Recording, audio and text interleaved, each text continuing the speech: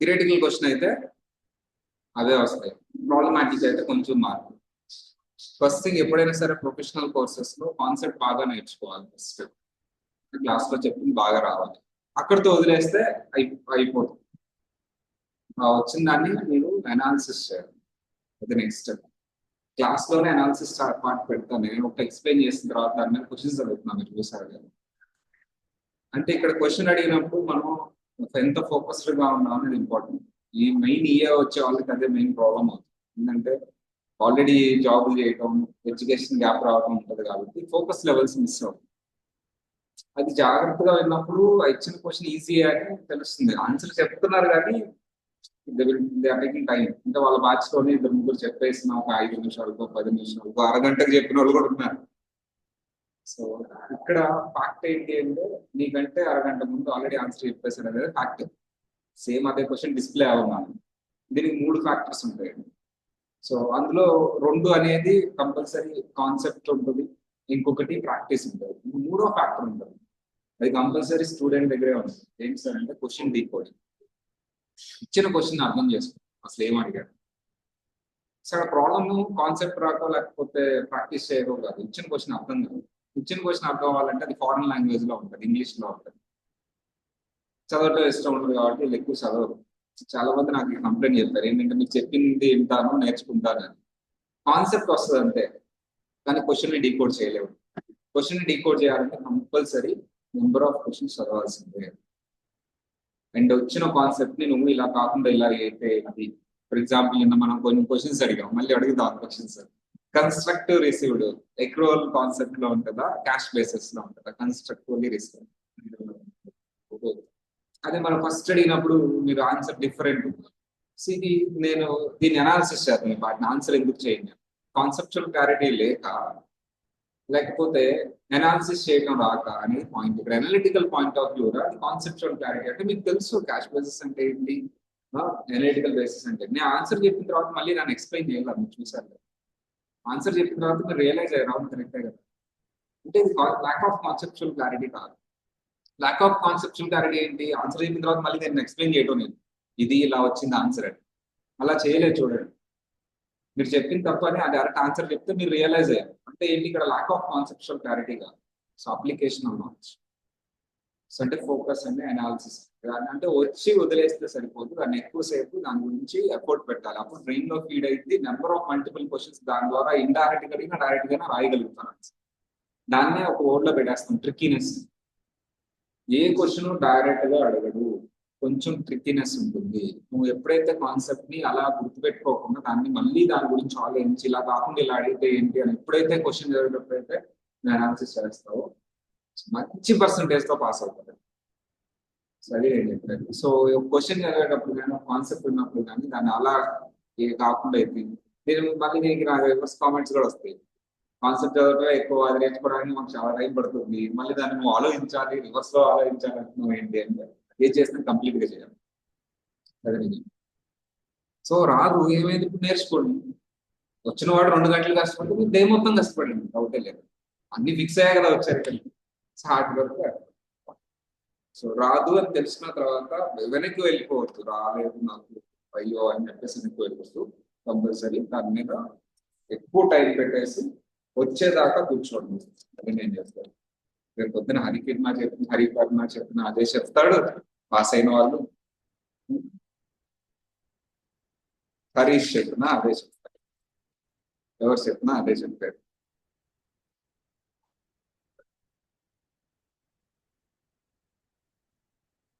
That is the secret of success. ఏమేం concept చెప్తున్నాం అంటే ఫస్ట్ కాన్సెప్ట్ ఏం చెప్తున్నాం సార్ మనం అంటే ఇన్కమ్ అంటే ఏంటో చెప్తున్నాం. తర్వాత కోడ్స్ గురించి చెప్తున్నాం, గ్రీన్ కోడ్, రెడ్ కోడ్, ఈ కోడ్స్ గురించి చెప్తున్నాం. ట్యాక్స్ అంటే ఏంటి, ఇన్కమ్ అంటే ఏంటి, ఇవన్నీ చెప్తున్నాం. ఫస్ట్ మనం ఇన్కమ్ అంటే ఏంటో చెప్తున్నాం. ఎవరైతే పాత క్లాస్ మిస్ అయ్యారో, చిన్నప్పుడు ఆ హ్యాబిట్ ఉంటుందండి, పాత క్లాస్ మిస్ అయ్యారు అని చెప్పేసి. కానీ మిస్ అయిన క్లాసెస్ అన్ని ఇదే రికార్డ్ చేస్తున్నావా, సమ్మరీ రికార్డ్ చేస్తున్నావా, ఇదే క్లాస్ రికార్డ్ అవుతుంది. అది చూస్తే నీకు అర్థం అవుతుంది. కానీ ఆ హ్యాబిట్ కూడా తెచ్చుకోవాలి. ఎందుకంటే ఆల్రెడీ నువ్వు లైవ్ అటెండ్ అయిన క్లాస్ కూడా కంపల్సరీ చూడాల్సిన రోజు వస్తుంది రికార్డింగ్ లో. మన డౌట్ వచ్చింది మనకు మర్చిపోతాం కదా. డెఫినెట్లీ మర్చిపోతాం. సో కాకపోతే ఈ హరికర్ణ కానీ లేకపోతే వేరే స్టూడెంట్స్ కానీ మళ్ళీ ఇప్పుడు వాళ్ళ బ్యాచ్ అంతా మళ్ళీ చూస్తున్నారు వాళ్ళు విన్న క్లాస్, ఎందుకంటే చాలా 1 month అయిపోతుంది, మర్చిపోయి ఉంటారు ఏదో ఒకటి, మళ్ళీ ఆ వీడియో ఓపెన్ చేసి చూస్తున్నారు. సో వాళ్ళు గుర్తు తెచ్చుకుంటారు, 1-2 సార్లు చూస్తారనమాట, 1-2 సార్లు రిపీట్ చేస్తారు. అంటే రికార్డింగ్ క్లాస్ కూడా 1-2 సార్లు చూడండి. సో చూసిన తర్వాత అంటే భయాలు పెట్టుకోవద్దు ముందే, భయం ఇది రాదు నేను వెళ్ళలేదు కాబట్టి నాలుగు కాదని భయాలు పెట్టుకో. డెఫినెట్లీ రికార్డింగ్ ఉంటుంది, చాలా డీటెయిల్ గా ఉంటుంది, అవి చూడండి. మీరు అటెండ్ అయినా సరే మళ్ళీ చూడండి. సో మనం ఏం చెప్తున్నాం చెప్పండి ఒకసారి, ఇన్కమ్ అంటే ఏం చెప్తున్నాము? Regular or irregular, legal or illegal కదా. మరి within country outside country? Within country ఉంటుంది, అవుట్ సైడ్ కంట్రీ కదా. డైరెక్ట్లీ రిసీవ్డా ఇండైరెక్ట్లీ రిసీవ్డా? Directly received, indirectly received constructively received అని కూడా అంటారు కదా. ఇన్కమ్ గురించి చెప్పుకున్న తర్వాత క్యాపిటల్ రిసీట్, రెవెన్యూ రిసీట్ అంటే both. Sum of the capital receipts are also considered as income. Generally revenue receipt income, capital receipts లో కొన్ని కూడా ఇన్కమ్ కింద ట్రీట్ చేస్తాను. ట్యాక్స్ అంటే it's fees charges by government. GST ఉండొచ్చు, డైరెక్ట్ ఉండొచ్చు, indirect ఉండొచ్చు. దీని తర్వాత మనం కోడ్స్ చూసుకున్నాం, గుర్తున్నాయి ఆ codes, green code, red code, ఇవన్నీ కూడా చేసుకున్నాం మనం చెప్పుకున్నాం. దాని తర్వాత మనం we have started this one, it's nothing but అయిపోయిన తర్వాత we have started accounting period. Accounting period అంటే ఏంటి sir? Calendar year generally 12 months ఉంటుంది. ఈ క్యాలెండర్ ఇయర్ కాకుండా వేరే 12 months ఫాలో అయితే దాన్ని ఫిజికల్ ఇయర్ అంటాం. లెస్ దాన్ 12 months ఉంటే షార్ట్ ఇయర్ అంటాం. షార్ట్ ఇయర్ అనేది newly formed companies, closed companies accounting year change అయినప్పుడు వచ్చేది షార్ట్ ఇయర్. ఎగ్జాంపుల్స్ చూసాం, కన్స్ట్రక్టివ్లీ రిసీవ్డ్ గురించి కూడా చెప్పుకున్నాం మనం. దీని మీద కొన్ని MCQs చూసాం. అకౌంటింగ్ మెథడ్స్ 2 types ఉంటాయి, అక్రూవల్, క్యాష్. ఇండివిజువల్ అయితే ఏది ఫాలో అవుతాం? 90% క్యాష్ బేసిస్. క్యాష్ లో రిసీవ్డ్ ఉంటుందా, రిసీవబుల్ ఉంటుందా, పెయిడ్ ఉంటుందా, పేయబుల్ ఉంటుందా, రిసీవ్డ్, పేయబుల్. కన్స్ట్రక్టివ్ రిసీవ్డ్ ఉంటుందా, ఉంటుంది. Received includes constructive received. Constructive received అంటే ఏం సార్? ఇండైరెక్ట్ గా నేను తీసుకున్నాను, నీకు చెక్ ఇచ్చాము ఎన్కాష్ చేసుకోవాలి కానీ నీకు ఇచ్చాను కదా. రిస్ట్రిక్షన్ ఉంటే ఇవ్వను. రిస్ట్రిక్షన్ అంటే ఏంటి? చెక్ 5 months తర్వాత నీకు వాల్యూడ్ అంటే నెక్స్ట్ ఇయర్ లో వస్తే నెక్స్ట్ ఇయర్. రిస్ట్రిక్షన్ లేకుండా నీకు అవైలబుల్ చేసినప్పుడు ఒక మనీని అది నువ్వు రిసీవ్ చేసుకున్నట్టు, నువ్వు తీసుకోకపోతే అది నీకు. Next debt paid by someone else. Sir వేరే వాళ్ళు నీ అప్పుని కట్టేస్తారు, ఆ ఈఎంఐ డైరెక్ట్ గా డిడక్ట్ అవుతుంది, దాన్ని గార్నిష్ వేస్ అంటారు, డైవర్టెడ్ వేస్, నువ్వు తీసుకున్నట్టే అది. సో ఇవన్నీ కూడా చెప్తున్నాం. ఒకే ఒకటి ఇప్పుడు చెప్పుకోబోతున్నాం, ఏంటి సార్ అంటే cancelled cheque, cancelled debt. So general గా డెట్ ఎప్పుడు ఇన్కమ్ కాదు, loan is a loan, liability. But ఆ లోన్ ని నువ్వు కట్టాల్సిన అవసరం లేదు అంటే అది ఇన్కమ్ అయిపోతుంది. మళ్ళీ తిరిగి పే చేయాలి కాబట్టి నీకు ఇన్కమ్ కాదన్నారు లోన్. అదే వాళ్ళు వచ్చేసి లోన్ ఇచ్చిన వాళ్ళు నువ్వు కట్టాల్సిన అవసరం లేదంటే దాన్ని లైబిలిటీ కాదు కదా. Liability cancel is nothing but income. So ఎప్పుడో రిసీవ్ చేసుకున్నావు, నువ్వు మళ్ళీ తిరిగి ఇస్తావు అని చెప్పేసి నీకు ఇన్కమ్ అని చేయలేదు. బట్ ఇప్పుడు అది క్యాన్సిల్ చేస్తారు కాబట్టి ఆ క్యాన్సిల్డ్ పార్ట్, ఆ cancel debt is considered as tax కట్టాలి. సార్ నిన్న ఎగ్జాంపుల్స్ చెప్పుకున్నాం మనం, గుర్తుందా? ఏం ఎగ్జాంపుల్స్?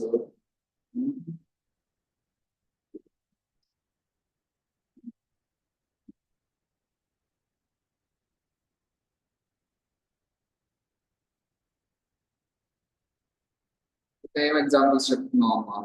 ఒక అతను ఉన్నాడు, ఒక అతను ఉన్నాడు, ఒక అతను బికి 10 lakhs లోన్ ఇచ్చాడు. ఏకి అది ఏమవుతుంది? ఎస్ఎట్. బికి ఏమవుతుంది? లైబిలిటీ, లోన్ పే చేయాలి. సరే ఇతని పరిస్థితి బాగాలేదని చెప్పేసి ఓవరాల్ లోన్ టోటల్ లైబిలిటీకి అగైనెస్ట్ గా 6 lakhs తీసుకున్నాడు. టోటల్ లైబిలిటీకి అగైనెస్ట్ గా 6 lakhs తీసుకున్నాడు. అంటే ఎంత క్యాన్సిల్ చేశాడు? 4 lakhs. The income is 4 lakhs. Cancel debt is equal to income. Same ఇంకొక ఎగ్జాంపుల్ తీసుకున్నాం, mister K given 20 lakhs for 2 years and accepted only for 12 lakhs. అంటే ఎంత క్యాన్సిల్ చేశాడు? 8 lakhs. What is the cancel rate? Is 8 lakhs. నిన్న ఒక homework ఇచ్చాను, మీకు గుర్తుందా? ఐపీ. ఐపీ ఎవరు పెడతారు?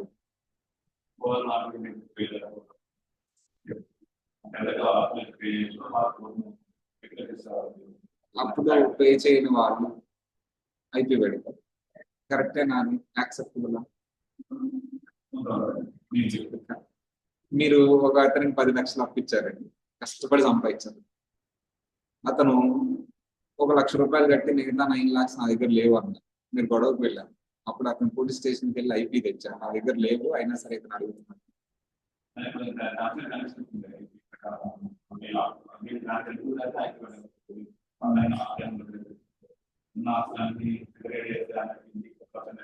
ఆస్తులు అన్ని అమ్మేసిన మిగలేదు కాబట్టి మీకు ఎంత ఒక 2 lakhs వచ్చింది అంటే ఇంకెంత లాస్ 7 lakhs లాస్ రాదా మీరు అన్యాయం అయిపోయినట్టేగా చేయకూడదు ఐపీ పెట్టినా సరే ఇప్పుడు ఐపీ పెట్టిన వాళ్ళ గురించి మాట్లాడు అతనికి వచ్చే అడ్వాంటేజ్ ఏంటి అడ్వాంటేజ్ ఫోర్స్ చేయకూడదు ఉన్నది డిస్అడ్వాంటేజెస్ ఏ బ్యాంకు ఇంకా ఇక ముందు అతను బతుకున్నంత కాలం అనుకోవచ్చు లోన్ ఇవ్వదు ఇంకా లోన్ ఇవ్వదు లాయర్ ఫీజులు ఉంటాయి డిస్అడ్వాంటేజ్ ఇంకా మీకు గట్టిగా మాట్లాడాలంటే బ్యాంక్ అకౌంట్ కూడా డిమాట్ అకౌంట్లు కూడా ఇవ్వరు ఇప్పుడు పెట్టిన యు ఆర్ జస్ట్ లివింగ్ అంతే no recognition of financial recognition అంతే జస్ట్ లివింగ్ నీకు ఎటువంటి బ్యాంక్ అకౌంట్లు కానీ ఏవి ఉండదు అంతే డిస్అడ్వాంటేజ్ అడ్వాంటేజ్ ఉంది డిస్అడ్వాంటేజ్ ఇక్కడ తెస్తే నేను ఒక క్వశ్చన్ అడుగుతాను 8 lakhs రావాలి ఎవరికి అప్పు ఇచ్చిన అతనికి కే అనే అతనికి 8 lakhs రావాలి కదా 8 lakhs సరే అయ్యా 12 lakhs ఇవ్వక్కర్లేదు 12 lakhs ఇవి చాలు ఇంకా నేను వద్దులే 20 lakhs ఇచ్చాను కదా 12 lakhs ఇవి చాలు 8 lakhs రావాలి కదా 8 lakhs తీసుకురావడానికి తీసుకెళ్ళడానికి వెళ్ళాడు నేను ఇవ్వనన్నాను ఇతను గొడవ చేశాడు నువ్వు ఇవ్వకపోతే అది నీ ఇంట్లో సామాన్ ఇవ్వకపోతే అది ఇదని గొడవ చేశాడు అతను పోలీస్ స్టేషన్కి వెళ్ళాడు ఐపీ పెట్టాడు వస్తుందా రాదా సో ఐపీ పెట్టినప్పుడు ఏమైంది సార్ అంటే ఇప్పుడు సెంట్రల్ గవర్నమెంట్ చెప్పింది 8 lakhs కాదు కానీ అందులో ఓన్లీ 3 lakhs వస్తుంది 8 lakhs వస్తుందా 3 lakhs వస్తుందా 3 lakhs వస్తుంది then what is the income here total income ఎంత ఈ కాన్సెప్ట్ మొత్తం 20 lakhs ఇచ్చాడు అందులో 12 lakhs ఇతనే వదులుకున్నాడు ఆ 12 lakhs కాక ఇంకో 5 lakhs గవర్నమెంట్ వదులుకోమంది అంతే కదమ్మా సో 3 lakhs వస్తాయంట మిగతాది రావాలి అంటే ఇంకో 5 lakhs గవర్నమెంట్ వదులుకో 12 lakhs ఇతను వదులుకున్నాడు 5 lakhs గవర్నమెంట్ వదిలేసుకోండి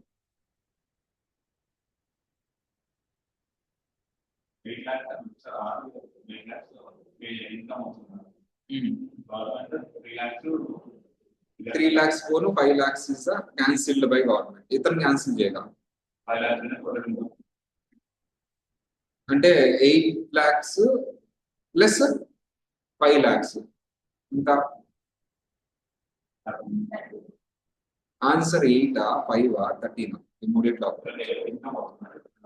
ఎవరికి ఇన్కమ్ ఆన్సర్ 8 5 13 8 ఏమో ఇతను క్యాన్సిల్ చేశారు 5 ఏమో గవర్నమెంట్ క్యాన్సిల్ చేశారు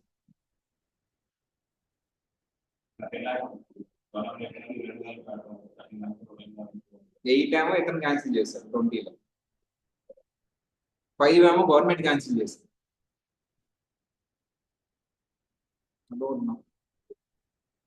మొత్తం ఓవరాల్ గా ఇతనికి వచ్చింది ఎంతమ్మా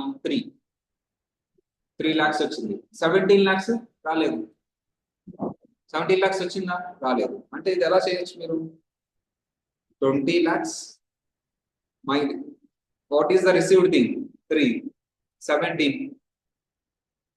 అంతే కదమ్మా సో ఇక్కడ ఇతను క్యాన్సిల్ చేసింది 8 కాదు 8 రిసీవ్డ్ కదమ్మా 8 రాస్తుంది 12 కదా ఇతను క్యాన్సిల్ చేసింది క్యాన్సిల్ ఎంతమ్మా 12 యాక్సెప్ట్ చేశాడు సో 8 కదమ్మా సో -12 యాక్సెప్ట్ 8 lakhs 8 lakhs లో 3 వస్తుంది మళ్ళీ రాద్దాం మరి ఇతను క్యాన్సిల్ చేసింది ఎంత క్యాన్సిల్ డేట్ 8 lakhs అంటే ఇది ఎంత రావాలి 8 lakhs క్యాన్సిల్ చేశారంటే ఎంత రావాలి 12 lakhs రావాలి ఈ 12 lakhs లో గవర్నమెంట్ ఎంత వస్తుందని చెప్పింది 3 lakhs అంటే ఎంత గవర్నమెంట్ క్యాన్సిల్ చేసింది క్యాన్సిల్డ్ బై గవర్నమెంట్ చేయాలి అందరూ క్యాన్సిల్డ్ బై గవర్నమెంట్ ఇది అతను క్యాన్సిల్ చేసింది ఇది తీసుకుంటా అని చెప్పింది 12 lakhs తీసుకుంటా అన్నాడు ఇప్పుడు 12 lakhs లో గవర్నమెంట్ ఎంత ఇస్తా అని చెప్పింది 3 lakhs 12 lakhs లో 3 lakhs తీసేస్తే ఎంతో చెప్పండి అమ్మా 9 lakhs ఈ 9 lakhs ఎవరు క్యాన్సిల్ చేశారు గవర్నమెంట్ రాదని చెప్పేసి ఐపీ పెట్టాడు కాబట్టి 8 lakhs సో 8 lakhs ఏదైతే ఉందో అది అతను క్యాన్సిల్ చేశారు మొత్తం ఎంత క్యాన్సిల్ చేశాడు సార్? మొత్తం ఎంత క్యాన్సిల్ అయింది? 8 lakhs ప్లస్ 9 lakhs ఎంత sir? 8 lakhs plus 9 lakhs 17 lakhs. అది ఎలా వస్తుంది? 20 lakhs కానీ ఇక్కడ ఎంత వచ్చిందమ్మా? 3 lakhs వచ్చింది.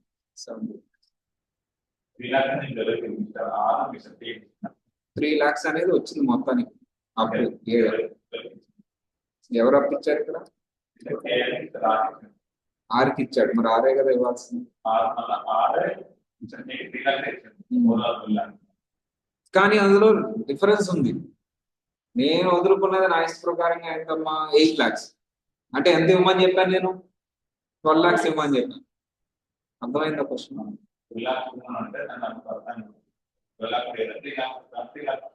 ఎందుకు?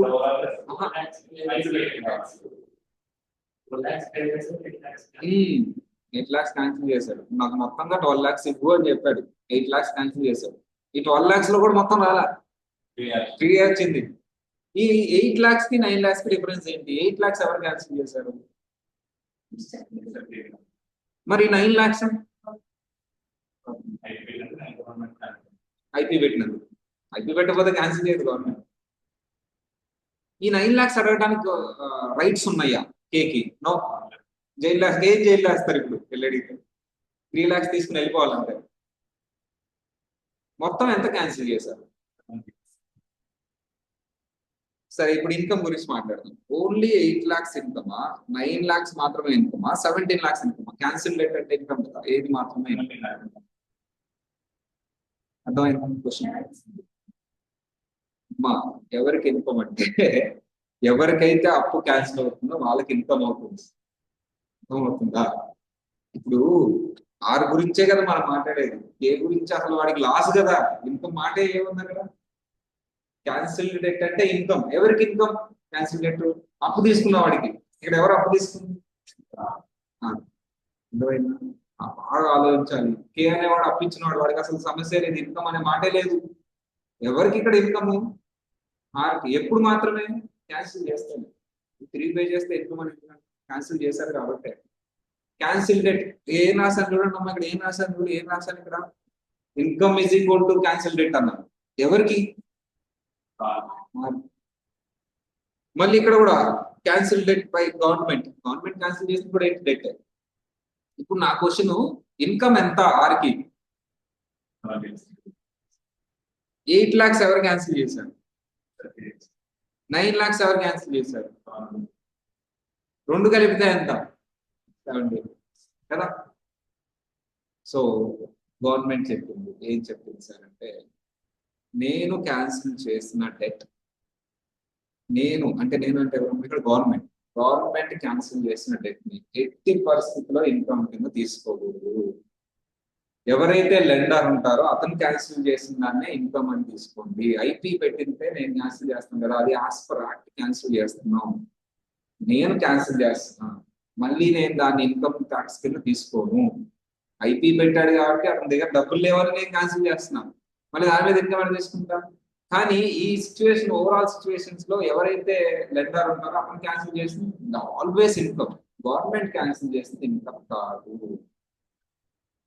ఇప్పుడు చెప్పండి అమ్మా, కాన్సెప్ట్ నేర్చుకున్నారు కదా. What is the income here? అంటే ఎప్పుడైనా సరే గవర్నమెంట్ క్యాన్సిల్ చేస్తే దాన్ని ఇన్కమ్ కింద తీసుకుంటామా? నో. అంటే నువ్వు ఫస్ట్ క్వశ్చన్ లో వాడు క్లియర్ గా ఇస్తాడా? ఎంత ఇతను క్యాన్సిల్ చేశాడు, ఎంత గవర్నమెంట్ క్యాన్సిల్ చేశాడు క్లియర్ గా ఇస్తారా? నో. ఎప్పుడైనా సరే నువ్వు ఫార్ములా ఏం చేస్తావు? ఇన్కమ్ ఈజ్ ఈక్వల్ టు ఏం రాస్తావు నువ్వు? Cancel debt. కానీ ఈ క్యాన్సిల్ డెట్ లో ఏది కూడా ఉండొచ్చమ్మా. క్యాన్సిల్ డెట్ లో ఏది కూడా, ఎవరు క్యాన్సిల్ చేసింది కూడా ఉండొచ్చు. గవర్నమెంట్. మైనస్ చేయాలా, ప్లస్ చేయాలి? అది మైనస్ ఇన్సాల్వెన్సీ అమౌంట్. ఏదైతే ఇన్సాల్వెంట్ అమౌంట్ అని చెప్పారో దాన్ని తీసుకోవడానికి వీల్లేదు income. This is the main formula. What is the formula for income చెప్పాలి. లోన్ ఇచ్చినప్పుడు లోన్ ఎప్పుడైనా ఇన్కమ్ కింద తీసుకుంటానా? నో. లోన్ ఎప్పుడు మాత్రమే ఇన్కమ్ కింద తీసుకుంటారు? లయబిలిటీ లోన్ కానీ, అది cancel debt. What is the formula? Income is equal to cancel debt minus insolvency. Cancel debt ఎలా వస్తుంది? క్యాన్సిల్ డెట్ ఎలా వస్తుంది? ఇన్సాల్వెన్సీ అమౌంట్ ఎలా వస్తుంది చూద్దాం. క్యాన్సిల్ డెట్ ఫార్ములా ఏంటి సార్ అంటే, sir total debt total debt minus amount accepted. మనం కనిపెట్టేదే cancel liability. Total debt minus amount accepted. So ఎంత అప్పు ఉంది దాంట్లో నుంచి ఎంత అమౌంట్ యాక్సెప్ట్ చేశాడో తీసేస్తే నీకేమొస్తుందమ్మా క్యాన్సిల్ డెట్ వస్తుంది. సో మొత్తం క్యాన్సిల్ డెట్ అలా వస్తుంది. అంటే నాకు ఎంత వచ్చింది టోటల్ గా ఎంత వచ్చింది. మై క్యాన్సిల్ డెట్ అనేది ఎప్పుడు ఎవరి పాయింట్ ఆఫ్ వ్యూ చూడాలి అంటే లెండర్ పాయింట్ ఆఫ్ వ్యూ చూడాలి. ఎంతో పాయింట్ ఆఫ్ వ్యూ చూసిన ఇతర ఎంత అమౌంట్ యాక్సెప్ట్ చేశాడని చూస్తాడు, ఇది నాకు ఇచ్చినట్టు చూస్తాడు. ఈ మన ఎగ్జాంపుల్లో టోటల్ డెట్ ఎంతమ్మా 20 lakhs. మన ఎగ్జాంపుల్లో మొత్తం ఎంత వచ్చింది అతనికి 3 lakhs. మొత్తం క్యాన్సిల్ డెట్ ఎంత 17 lakhs. మైనస్ అందులో ఇన్సాల్వెన్సీ అమౌంట్ ఎంత అని చెప్పింది గవర్నమెంట్ 9 lakhs. అంటే ఇప్పుడు ఇన్కమ్ ఎంత 8 lakhs. 8 lakhs నీకు డైరెక్ట్ గా ఇవ్వడం క్వశ్చన్ చెప్పడు కూడా వస్తుంది. సో ఇలా okay, what is the formula ఏంటో చెప్పండి అమ్మా. Cancel debt formula, income formula ఏంటి, loan cancel debt minus insolvency. Cancel debt ఎలా వస్తుంది, amount total amount of debt minus amount accept. అప్పుడప్పుడు క్వశ్చన్ లో వాడే డైరెక్ట్ గా క్యాన్సిల్ డెట్ ఇచ్చేస్తారు. అప్పుడు నువ్వు మళ్ళీ ఫార్ములా అయ్యొద్దు, ఏది total debt minus amount accept. Total debt ఉండదు, అమౌంట్ యాక్సెప్టెడ్ ఉండదు. టోటల్ డెట్ ఉంటుంది, డైరెక్ట్ గా ఎంత క్యాన్సిల్ చేశాడో ఇస్తాడు. Example mister Z given 10 lakh rupees to Mr. M. So after 2 years, Mr. Z cancelled 4 lakh rupees and accepted remaining amount. ఇక్కడ cancel direct గా ఇచ్చాడు, మనం క్యాన్సిలేట్ చేయాలి. డైరెక్ట్ గా ఇచ్చేసాడు చూడు క్యాన్సిల్. అంటే నేను క్వశ్చన్ రాస్తున్నప్పుడే నీకు డీకోడ్ అయిపోవాలి. Language is very very important. Focus ఉంటేనే లాంగ్వేజ్ వస్తుంది. నేను క్వశ్చన్ రాసిన తర్వాత ఒక 5 నిమిషాలు నీకు ఆ క్వశ్చన్ ఏంటో అర్థమైందంటే యువర్ గాన్, నీకు టైం సరిపోదు. నేను క్వశ్చన్ రాసేటప్పుడే నీకు అర్థమైపోవాలి, మదర్ టంగ్ లో వచ్చేసేయాలి. ఓహో ఓకే, 10 lakhs ఇచ్చాడా, ఓకే క్యాన్సిల్ 4 lakhs. చాలా మంది స్టూడెంట్స్ అబ్జర్వ్ చేశారు, ఆ క్వశ్చన్ ని 5-6 సార్లు చదువుతారు. అది డిగ్రీ. నువ్వు ప్రొఫెషనల్ కాంపిటేటివ్ ఎగ్జామ్ లో I consider A as a professional A అని కాదు, ఏ ప్రొఫెషనల్ ఎగ్జామ్ అయినా టైం ఫ్యాక్టర్ ఉంటుంది. క్వశ్చన్ ని నువ్వు ఒకసారి చదవగానే అర్థమయ్యే స్టేజ్కి వస్తేనే, లేదా 2 సార్లు. 3వ సారి మొదలు పెట్టావంటే ఇక 2 సార్లు చదివిన తర్వాత కూడా నీకు అర్థం కాకుండా 3వ సారి మొదలు పెట్టావంటే అయిపోయింది. That is not your skill, that is weakness. Weakness ని రెక్టిఫై చేయాలంటే నెంబర్ ఆఫ్ టైమ్స్ చదవాల్సిందే. చిన్నప్పుడు నువ్వు మేబీ స్కూలింగ్ సరిగా లేకపోవడం వల్ల, లేకపోతే స్టడీస్ మీద ఫోకస్ చేయకపోవడం వల్ల ఆ క్వశ్చన్ జరిగింది నీకు డీకోడ్ అవుతుంది. So you have to turn your brain. సరే, ఇక్కడ క్యాన్సిల్ చేయాల్సిన అవసరం లేదు. ఏంటమ్మా, cancel debt is equal to income. Is formula చెప్పండి అమ్మా. Income is equal to cancelled debt minus insolvency. Cancel debt ఎంత ఇచ్చాడమ్మా 4 lakhs. ఇన్సాల్వెన్సీ ఏమైనా ఇచ్చాడా క్వశ్చన్ లో? ఏమో లేదు. ఆన్సర్ ఎంతమ్మా 4 lakhs. క్వశ్చన్ లో ఇన్సాల్వెన్సీ అమౌంట్ ఇస్తే అది తీసేస్తాం. అసలు మొత్తం ఇన్సాల్వెన్సీ అమౌంట్ అంటే అసలు ఇన్కమే లేదు. అది కూడా ఒక ఎగ్జాంపుల్ చూద్దామా. Mister I given 20 lakh rupees to Mr. H. Mr.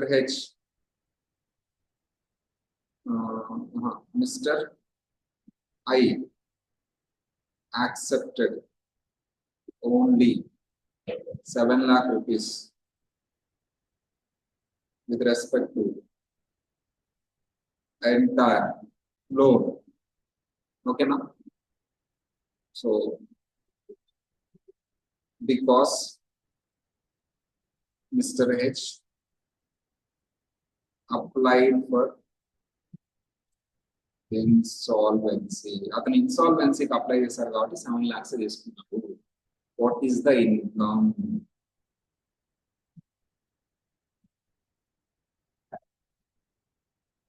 Same formula, cancel debt minus insolvency. Cancel debt ఎంతమ్మా? What is the cancel debt year 20 lakhs minus 7 lakhs ఎంత 13 lakhs. Insolvency is also 13 lakhs. Total is insolvency.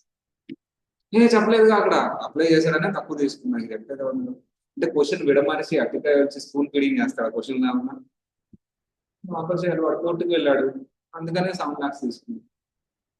చాలా మంది students ఈ question దగ్గర ఆగిపోయి దాని మీద research analysis enquiry investigation అన్ని చేస్తారు. క్వశ్చన్ ఈజ్ ఇన్కంప్లీట్ అని కంప్లీట్ గా ఇన్సాల్వెన్సీకి వెళ్ళాడు అందుకని తక్కువ తీసుకున్నాడు. ఇన్కంప్లీట్ ఇన్సాల్వెన్సీ అమౌంట్ ఇవ్వలేదంట అదంటే ఇన్కంప్లీట్. దాని మీనింగ్ ఏంటంటే ఇన్సాల్వెన్సీకి వెళ్ళాడు అందుకని తక్కువ తీసుకున్నాడు కాబట్టి టోటల్ మనీ ఇస్ ఇన్సాల్వెన్సీ అందుకనే క్యాన్సిల్ చేశాడు. వాడు టోటల్ థింగ్ ఎందుకు 7 lakhs యాక్సెప్ట్ చేశాడు అంటే ద థింగ్ ఈజ్ ఇన్సాల్వెన్సీ. అంతకు మించిన మీనింగ్ ఇంకోటి వస్తుందా లేదు లేదు వేరేలా అర్థం చేస్తుంది దానికంటే ఇదే మీనింగ్ లభిస్తుంది. క్వశ్చన్ ని నువ్వు ఏ యాంగిల్లో చూస్తున్నావు అనుకోండి దాని మీద చర్చించాలంటే 365 days చర్చించు డిబేట్లు కూడా పెట్టుకోవచ్చు. మొత్తానికి ఎవరి లైఫ్ పోయేదంటే student life right answer wrong answer చెప్తుంది ఫస్ట్ దాన్ని చక్కగా స్టూడెంట్ బ్రెయిన్ ఏమంటాడు ఇన్కమ్ ఇస్ జీరో. కొంతమంది డీప్ గా ఆలోచించి ఇన్సల్వెన్సీ అమౌంట్ ఇవ్వలేదు దాని మీద ఒక 10 నిమిషాలు కూర్చుంటారు అయిపోయింది. దీన్నే ఓవర్ థింకింగ్ అంటే while your solving your question over thinking అనేది ఉండకూడదు. ఓవర్ థింకింగ్ ఉండకూడదు. అనాలిసిస్ కి ఓవర్ థింకింగ్ కి చాలా difference. Okay if the question is like this how to give the approach answers చూసుకో ఆన్సర్స్ దగ్గర జీరో ఉందా తెలియదు. సో ఇలాంటి క్వశ్చన్స్ ప్రాక్టీస్ చేద్దాం ఒకసారి. సార్ ఏ పరిస్థితి ఫార్ములా ఇక్కడ ఉందమ్మా ప్రింటింగ్ ఉంది నేను ఏం ఫార్ములా చెప్తాను చెప్పండి అమ్మా. Cancel debt is equal to total debt minus amount accepted సరిపోయిందా. Cancel debt income is equal to cancel debt minus insolvency amount. Insolvency amount is equal to liabilities minus assets. అమ్మా insolvency పెట్టిన వాళ్ళకి liabilities ఎక్కువ ఉంటాయి assets ఉంటాయా ఎక్కువ liabilities. అప్పుడప్పుడు ఇలా ఇన్సాల్వెన్సీ అమౌంట్ డీటెయిల్స్ ఇస్తాడు అప్పుడు నువ్వు క్యాన్సిల్ డేట్ సపరేట్ గా క్యాలిక్యులేట్ చేసి ఇన్సాల్వెన్సీ అమౌంట్ తీసేయాలి. ఏమి చెప్పకుండా క్యాన్సిల్ చేసిందే ఇన్సాల్వెన్సీ వల్ల అంటే మొత్తం ఇన్సాల్వెన్సీ. సో అలా ఫార్ములా అప్లై చేసి క్వశ్చన్ ని నువ్వు ఎక్కువ ఓవర్ థింక్ చేయొద్దు. డీటెయిల్స్ ఇచ్చినప్పుడే ఇన్సాల్వెన్సీ క్యాలిక్యులేట్ చేయి. ఇవ్వలేదు అంటే ఇన్సాల్వెన్సీ గురించి మాట్లాడలేదు అంటే అసలు ఇన్సాల్వెన్సీ లేదని మాట్లాడి అలా వదిలేస్తే మొత్తం ఇన్సాల్వెన్సీ అని. బట్ క్యాన్సిల్ డేట్ ఇచ్చి insolvency details assets liabilities details ఇస్తే ఇన్సాల్వెన్సీ క్యాలిక్యులేట్ చేయాలి. అది కూడా చూద్దాం ఒక ఎగ్జాంపుల్. అది వచ్చింది sir mister R has sought help from customer credit counselling. Customer credit counselling is total cash assets అంటే కస్టమర్ క్రెడిట్ కౌన్సిలింగ్ అంటే ఏం పెట్టడానికి వెళ్ళడం అయితే ఐపీ పెట్టడానికి వెళ్ళాడు. మరి ఐపీ డీటెయిల్స్ ఇచ్చారు లేదు చూద్దాం. అసెట్స్ ఎంత ఇచ్చాడు అందరు చెప్పాలి. అసెట్స్ ఎంత ఇచ్చారమ్మా 60,000. లయబిలిటీస్ ఎంత ఇచ్చారు total debts and is total debt is 1 lakh. అంటే ఇప్పుడు ఇన్సాల్వెన్సీ ఎంత తక్కువ మనకి క్యాలిక్యులేట్ చేయాలి. ఇన్సాల్వెన్సీ ఎంత లయబిలిటీస్ మైనస్ అసెట్స్. లయబిలిటీస్ ఎంతమ్మా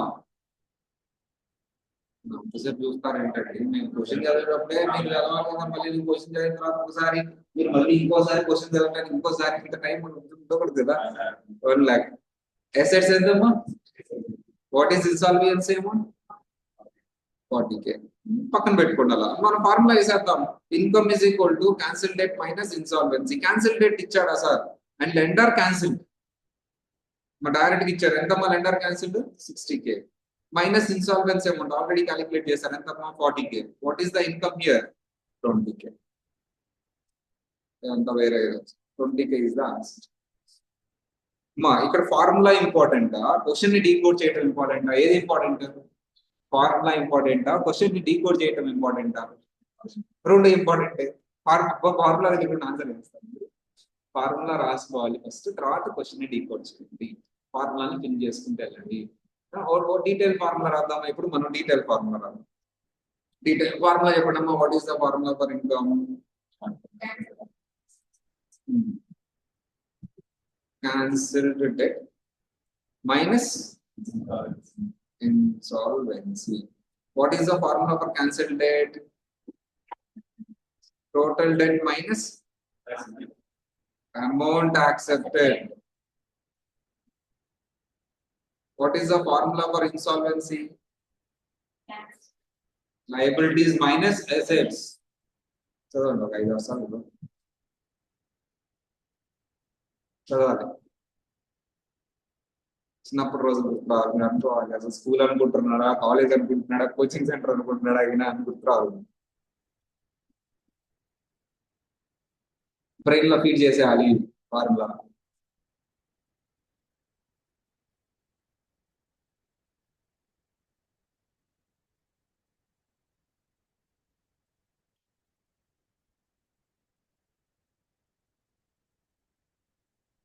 మా ఎవరైతే నాన్ కామర్స్ వాళ్ళు ఉంటారో, if you are not understanding what is liabilities, what is assets, నాకు సపరేట్ గా మెసేజ్ చేయండి. అంటే మీకు అందరికి తెలుసు కాబట్టి నేను వాటి గురించి మాట్లాడట్లా. లయబిలిటీస్ అంటే ఏంటి, assets. There are some people are there who are from non-commerce background. They don't know about assets. They don't know about liabilities. So అందుకని వాళ్ళకి సపరేట్ గా చెప్తాను. అయిపోయిందా? కొన్ని క్వశ్చన్స్ చేద్దామా? రెడీనా? Cancel debt by normal letters court. Normal గా cancel చేస్తే దాన్ని క్యాన్సిల్ డెట్, కోర్ట్ క్యాన్సిల్ చేస్తే దాన్ని ఏమంటారమ్మా? ఇన్సాల్వెన్సీ. దాన్ని అసలు నువ్వు ఇన్కమ్ కింద తీసుకోకూడదు. Cancel debt minus insolvency formula already చెప్పింది. అదొక్కటే కాదు, బ్యాంక్రప్సీ, ఇన్సాల్వెన్సీని ఇది కూడా అంటారు. ఏంటమ్మా? బ్యాంక్రప్సీ అని కూడా అంటారు, ఇన్సాల్వెన్సీ అని కూడా అంటారు. ఈ రెండు కేసెస్ లో క్యాన్సిల్ చేసిన డెట్ ని ఇన్కమ్ కింద తీసుకుంటావా, తీసుకోవా? It's not included in income. మా ఇన్సాల్వెన్సీ అప్పుడు ఇన్కమ్ కింద అది తీసుకుంటావా, తీసేస్తావా, అది రిడ్యూస్ చేస్తారు. That is not income. Court cancel చేసిన, బ్యాంక్రప్సీ కోర్ట్ క్యాన్సిల్ చేసిన, కస్టమర్ కౌన్సిల్ క్యాన్సిల్ చేసిన, ఇన్సాల్వెన్సీ పిటిషన్ ద్వారా క్యాన్సిల్ చేసిన, లెండర్ కాకుండా ఇంకెవరు క్యాన్సిల్ చేసిన అది అంటారు. కానీ it is not return as. కొన్ని చదువుతాను అవి కూడా, లెండర్ క్యాన్సిల్ చేసింది కాదు, చూడండి. So next qualified farm debt. మన లాంగ్వేజ్ లో చెప్పాలంటే రుణమాఫీ. ఎవరు చేశారు రుణమాఫీ? లెండర్ చేశారా, గవర్నమెంట్ చేసింది? Government. Not treated as cancel date, but not qualified real property business debt. ఇక్కడ లేదమ్మా, రియల్ ఎస్టేట్ డెట్ కూడా మనం అంటే ఇప్పుడు బ్యాంక్ దగ్గర రియల్ ఎస్టేట్ కడదామని చెప్పేసి మన దగ్గర హోమ్ లోన్స్ క్యాన్సిల్ చేస్తాం. గో టు అదర్ కంట్రీస్, అప్పు తీసుకొని రియల్ ఎస్టేట్ లో నష్టమైన క్యాన్సిల్ చేస్తారు. Cancel as gift or banquet. Gift లాగా క్యాన్సిల్ చేస్తే gift is not treated as gift లాగా క్యాన్సిల్. అప్పు ఇచ్చి వసూలు చేయాలా, క్యాన్సిల్ చేయాలి. కానీ గిఫ్ట్ నువ్వేం కట్టక్కర్లేదు అని ఇచ్చిందాన్ని అసలు లోన్ అయిన లైబిలిటీ అన్నది. నువ్వేం కట్టక్కర్లేదు అని ఇస్తుంది లోన్ అంటావా? అసలు లోనే కానప్పుడు అది క్యాన్సిల్ ఎట్లయితే. So that is certain student loan cancellations మన దగ్గర కూడా చేస్తారనుకుంటున్నాను. స్టూడెంట్ లోన్స్ నాకు తెలిసి చేయర్లేదు. స్టూడెంట్ ని, బిజినెస్ మ్యాన్స్ ని పట్టించుకోవట్లేదు. ఓన్లీ ఫార్మర్స్ పట్టించుకుంటారు. I think we should have a strong program for the students. మీరు అందరు రండి పాలిటిక్స్ లోకి, ఎవరికి వచ్చి అని పెట్టండి. నేను అనుకుంటా ఉంటారు కానీ జరుగుతూ స్టూడెంట్ సపోర్ట్ కూడా ఉండాలి గవర్నమెంట్ దగ్గర నుంచి. స్టూడెంట్ లోన్ క్యాన్సిలేషన్స్ అంటే చేయమని నేను చెప్పట్లేదు, బట్ స్టూడెంట్ కి ఎట్లైనా సపోర్ట్ ఇచ్చి వాళ్ళు కూడా హైయర్ ఎడ్యుకేషన్ చేయాలి. ఇంట్లో వాళ్ళు అందరు ఇంట్లో వాళ్ళు హైయర్ ఎడ్యుకేషన్స్ కి పని చేయాలి అనుకుంటే ఇండియా ఎక్కడ పోయింది చేయాలి, కొంతమంది చేయలేరు. అలాంటప్పుడు స్టూడెంట్ లోన్ ఏదైతే తీసుకుంటారో దాన్ని మీరు సపోర్ట్ చేయాలి, తక్కువ రేట్ ఆఫ్ ఇంట్రెస్ట్ ఇవ్వాలి. స్టూడెంట్ లోన్ సపోర్ట్ చేయాలి గవర్నమెంట్. ఎలా అయితే ఫార్మర్స్ సపోర్ట్ చేస్తుందో స్టూడెంట్స్ కూడా సపోర్ట్ చేయాలి. అలా చేస్తుందా సార్? చేస్తుంది. మీకు తెలుసో లేదో, వాళ్ళ ఇంట్లో వాళ్ళ అబ్బాయి చదివిస్తాను లోన్ చేసుకుంటే స్టూడెంట్ లోన్ క్రెడిట్ చెప్పుకున్నది. క్రెడిట్ ఇస్తారు. ఇండియాలో అలాంటివి లేవు, తీసుకురావాలి. సో క్వాలిఫైడ్ ప్రిన్సిపల్ రెసిడెంట్ ఇండెట్నెస్ ఇది మనకి ఉండదమ్మా. హౌసింగ్ లోన్ అంటారు. మా ప్రిన్సిపల్ రెసిడెంట్ అంటే హౌస్ స్టేయింగ్ హౌస్. సో దాన్ని హౌసింగ్ లోన్ అంటారు. హౌసింగ్ లోన్ పెట్టుకున్నాం, క్యాన్సిల్ చేయరు. కానీ బట్ ఇక్కడ ఏంటంటే యుఎస్ లో ఇవన్నీ ఉంటాయి. ఇవన్నీ గవర్నమెంట్ క్యాన్సిల్ చేస్తుంది. అక్కడ అంటే ట్యాక్స్లు ఎక్కువ వస్తాయి, అందరూ ట్యాక్స్లు కడతారు. ఆల్రెడీ డెవలప్డ్ కంట్రీ కాబట్టి ఇవన్నీ పాసిబుల్ అవుతుంది. ఇండియాలో ఒకటే దానికే సొసైటీ మొత్తం ఓన్లీ హోమ్ లోన్స్ క్యాన్సిలేషన్ కే సొసైటీ అంతా కొలాప్స్ అయిపోతుంది, ఎకానమీ డౌన్ అయిపోతుంది. ఇవన్నీ కూడా పెట్టుకుంటే డౌన్ అయిపోతుంది. సో అందుకని లేదు, యూఎస్ లో ఇవన్నీ ఉంటాయి. Government will take care of. అవన్నీ గవర్నమెంట్ చేస్తుంది కాబట్టి క్యాన్సిల్ రేట్ ఇన్కమ్ కింద చూపించవద్దు. సింపుల్ గా ఒక లాంగ్వేజ్ లో మాట్లాడుతున్నాం. క్యాన్సిల్డ్ బై లెండర్ ఇన్కమా కాదా? ఎస్, లెండర్ క్యాన్సిల్ చేస్తే ఇన్కమే. అర్థం అవ్వాలి లాంగ్వేజ్. తక్కువ రాస్కింగ్ పవర్ ఎక్కువ ఉండాలి, తక్కువ ఉండాలి, ఎక్కువ ఉండాలి, టైప్ తీసుకోకూడదు. క్యాన్సిల్డ్ బై లెండర్ ఇన్కమా కాదా? Yes. Cancelled by bankruptcy not an income. Cancelled by insolvency, not an income. Cancelled by qualified farmer loan, not an income. Cancelled for student loan, not an income. Cancelled for principal resident loan, not an income. And cancel for real property business loan, not any. ఇది మనకి వీటన్నిటిలో ఒకటి బాగా గుర్తుంటుంది, insolvency. మా ఇది business non business data అవసరం లేదు, జస్ట్ P2 కి సంబంధించి ఇచ్చాను. P2 అప్పుడు చెప్పుకున్నాం బిజినెస్ గురించి ఇండివిజువల్ గా. అడ్వాన్స్ కమిషన్స్ కూడా P2 అప్పుడు చెప్పుకున్నాం. So this is the question. Question ని డీకోడ్ చేయడం, క్వశ్చన్ అర్థం కాదు, క్వశ్చన్ ఎక్స్ప్లెయిన్ చేసిన తర్వాత ఓ ఇంతేనా ఆన్సర్ ఇంతేనా, ఓహో నేను చేసేస్తాను, కానీ నువ్వు చేయలేదు, నువ్వు ఫెయిల్ అయ్యావు అనే పాయింట్. డీకోడ్ చేయడం క్వశ్చన్ అసలు ఏమి ఇచ్చాడో మనం ఏం చూసుకోవాలి. How much is the income from mister tea.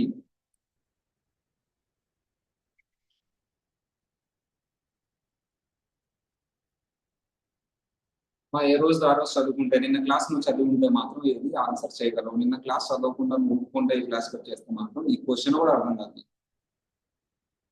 ఏంటి నువ్వు తిడుతున్నట్టు మాట్లాడుతున్నావు అంతే, మరొక చెప్తాను నువ్వు వింటున్నావు. First thing, they have given the 3 amounts. ఈ 3 అమౌంట్స్ ఇన్కమా కాదా, అదే కదా క్వశ్చన్.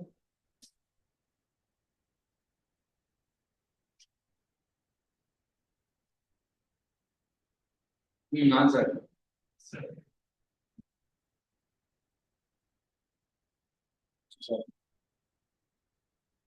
క్వశ్చన్ రాక కాన్సెప్ట్ రాక కాదు, ఇంగ్లీష్ రాక.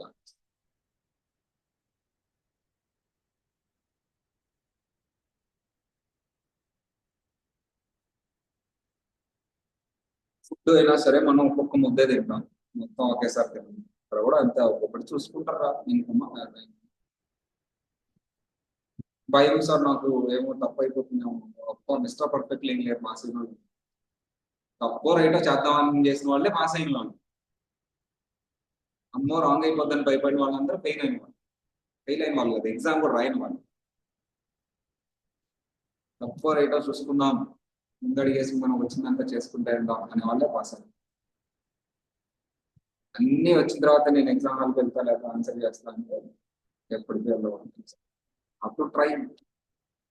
What is the first one? 300 was garnisher అంటే ఏంటి? డైవర్టెడ్. నా ఏజ్ నుంచి ఈఎంఐ పే చేయడం డైవర్టెడ్. రిసీవ్డా నాట్ రిసీవ్డ్? కన్స్ట్రక్టివ్ రిసీవ్డ్ అంటే రిసీవ్డ్ కింద తీసుకుంటా, because it is the income. Received కాదు income.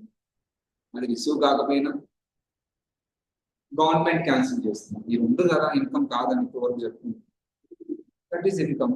500 gross amount of pay check dated received December but not encash. December లో వచ్చిందంట చెక్, కానీ అతను ఎన్కాష్ చేసుకోలేదు. ఇన్కమ్ కాదు. 900 gross was paid directly to his mother. ఇతనికి ఇవ్వలేదంటే ఇతను వేసి వాళ్ళ మదర్కి ఇచ్చాడంట. రిసీవ్డా నాట్ రిసీవ్డా? మరి ఈ మూడు యాడ్ చేస్తే అయిపోద్ది కదా, అదే కదా ఆన్సర్. ఎంత ఇప్పుడు చెప్తున్నారు, మరి ఎప్పుడు చెప్పాలి? ఇందాకే చెప్పారు. ఇప్పుడు చూడండి వచ్చింది, కానీ నాకు డౌట్ అది కరెక్ట్ కాదు, నేను అందుకని అంత స్టోరీ చెప్పాను. డౌట్ కాదు అసలు, హౌ టు బి కమ్యూనికేటివ్. తప్పో రైటో చెప్పేయాలి. Communication is important. అమ్మ ఈఏ క్వాలిఫై అయితే జాబ్ ఉందా లేదా చెప్పండి. అమ్మ ఈఏ క్వాలిఫై అయితే జాబ్ ఉందా లేదా? లేదు. నేను ఎక్కడ చెప్పడం వీడియో, ఈఏ క్వాలిఫై అయితే జాబ్ లేదు. ఈఏ క్వాలిఫై అయ్యి నీకు ప్రాక్టికల్ నాలెడ్జ్ ఉండి కమ్యూనికేషన్ స్కిల్ ఉంటేనే జాబ్. మూడు చెప్పాను నేను, ఈఏ క్వాలిఫై అవ్వాలి, ప్రాక్టికల్ ట్రైనింగ్ ఉండాలి, కమ్యూనికేషన్ స్కిల్ కూడా ఉండాలి. మూడిట్లో ఏ ఒక్కటి లేకపోయినా జాబ్ లేదు. నేను ఇచ్చిన ఇంటర్న్షిప్ జాబ్. ఆ 15,000 ఆ 20,000తోనే బతకాలి. అది ఇక్కడ నుంచే డెవలప్ చేస్తుంది. నేను వీడియోలో కూడా చాలా క్లియర్ గా చెప్తాను, ఏ ఓన్లీ క్వాలిఫై అయితే జాబ్ లేదు. సరే, కమ్యూనికేటింగ్ ఉండాలి, ప్రాక్టికల్ ట్రైనింగ్ ఉండాలి. A B C D D. This is explanation. సరే ఇది చెప్పండి, these are options first.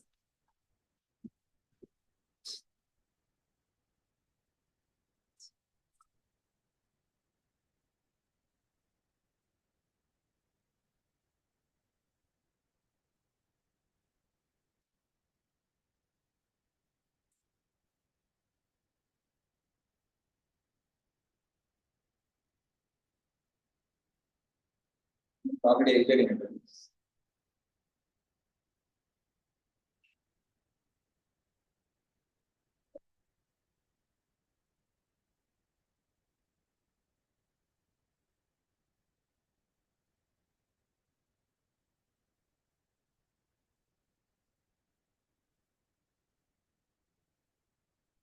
B.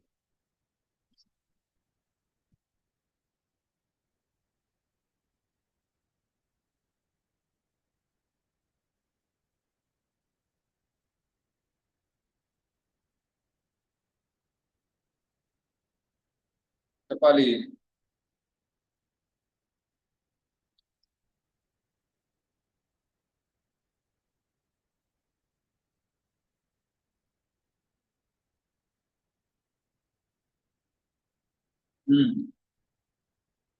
అయిపోయిందా?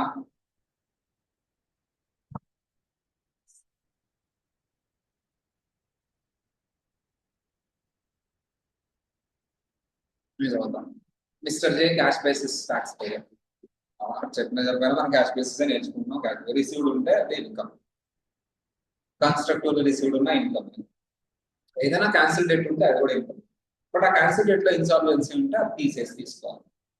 మూడు incomes received, constructive received, cancel debt is also constructive received. Cancel debt లో ఇన్సాల్వెన్సీ తీసేయాలి. He sold 1 lakh rupees of merchandise in March per tax year. His commission is 3% of sales. Sales చేశాడంటే దాంట్లో 3% commission అంటారు. Commission కదా ఇతని income, sales కాదు. ఈ November the current tax year ఈ రిసీవ్ 3000, అంతే కదా, 3000 ఇచ్చింది in commission of those sales and advance 700 in commission. మొత్తం ఎంత వచ్చింది ఇతనికి? 3000. అడ్వాన్స్ ఎంత వచ్చింది? 7000. మా accrual basis cash basis? Cash basis. Receive అయితే ఇన్కమ్ ఉంటాయి, ఈ రెండు రిసీవ్డ్. కమిషన్ 7000, ఇది అడ్వాన్స్ అంటే వచ్చిందా రాలేదా? వచ్చింది. అదే అక్రూవల్ అయితే 7000 రాయవచ్చు. నెక్స్ట్ ఇయర్ రాస్తాం. ఏం చెప్పాడు హెడ్డింగ్? ఏం పెట్టాడు? Cash basis. రిసీవ్డ్ అంటే చాలా, ఏ ఇయర్ సంబంధం నాకు తెలియదు. ఏ ఇయర్ వస్తే ఆ ఇయర్ రాస్తాం. సరే, ఈ రెండు యాడ్ చేస్తే ఎంత? 10,000. 10,000 ఇస్తాను. 10,000 అక్రూవల్ బేసిస్ అయితే, అక్రూవల్ బేసిస్ అయితే ఆన్సర్ ఇన్కమ్ ఎంత? 3000. ఇప్పుడు క్యాష్ బేసిస్ కాబట్టి 10,000. అదే అక్రూవల్ బేసిస్ అయితే 3,000. 7,000 ని నేను మనం ముందుగానే తీసుకున్నాం కదా అడ్వాన్స్, బ్యాలెన్స్ షీట్ లో రాస్తాం. ఏ నెలలో అయితే రాయి, బట్ క్యాష్ బేసిస్ కాబట్టి రెండు ఇన్కమ్ కింద చూపించి ట్యాక్స్ కడతాను. ఏం కదా, సరే రాసాను ఎక్స్ప్లెనేషన్. ఇదంతా మీకు బుక్ లో ప్రింట్ అయి వస్తుంది.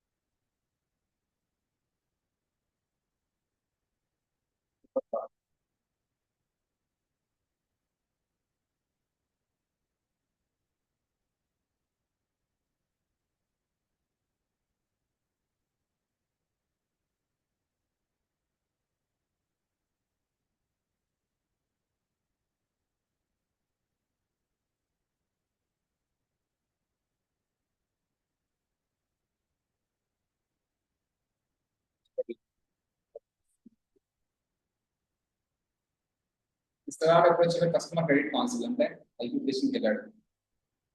అక్విజిషన్కి వెళ్ళాడు. This total cash assets is same question అన్న, ఏం లేదన్న, అమౌంట్స్ మార్చాలంటే. క్యాష్ అసెట్స్ ఎంత? 50,000. Total debt is 1 lakh. His debt are settles 80,000 for his 20,000 debt. Income is equal to formula what is the income is equal to cancel debt minus insolvency. Cancel debt formula income so total debt minus total debt amount accepted. Amount accepted. So either like insolvency formula income liabilities minus assets. Total debt income what is the total debt here? So his lender settles 80,000 for his debt for 20,000.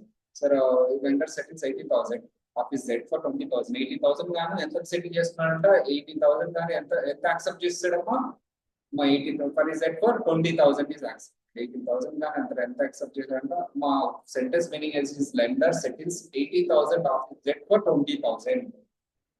మా 80,000 debt గాను అతను ఇక్కడ English కావాలా concept కావాలా English his lender settles 80,000 of his debt for 20,000.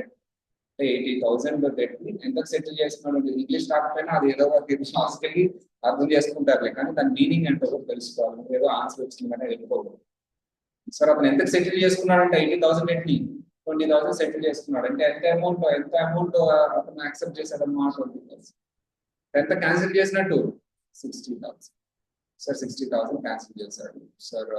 So what is the liabilities and assets here? Entama liabilities and assets amma cheppu liabilities entama ikkada 1 lakh, assets entama 50,000. So this is the insolvency. You have to reduce the insolvency, right? So enta insolvency reduce cheyali sir 50,000 insolvency reduce cheyali ippudu insolvency iskovodu.